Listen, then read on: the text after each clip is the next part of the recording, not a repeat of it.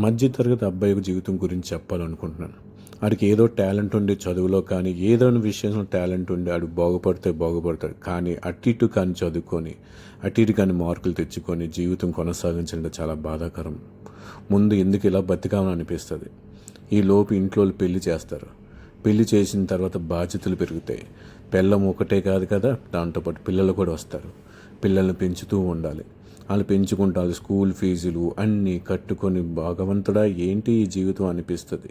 చాలా జీతాలు, ఇంట్లో పక్కోడు పిన్ని కొడుకు ఆ కొడుకు ఏదేదో చేస్తున్నాడని చెప్పి మనం ఆడు సోకులకు పోయి ఎక్కడెక్కడో అప్పులు చేసుకుని ఈఎంఐలు కట్టుకుంటూ జీవితం అంతా సర్వనాశనం చేసుకుంటాం. ఈ మధ్య తరగతి ఒక అబ్బాయి ఒక జీవితాలు ఏ విధంగా ఉంటాయి అనే విషయం మీకు ఎవరికి తెలుసో తెలీదో, కానీ ప్రతి సమాజంలో ఈ విధంగా బాధపడుతున్న విషయం అందరికీ చెప్పాలనుకుంటున్నాను. బాధాకరమైన విషయం ఏంటంటే ఆడికి బాధ వచ్చినా ఏడుపు వచ్చినా మూసుకొని కూర్చోవాలనే విషయం మాత్రం అందరికీ తెలుసు.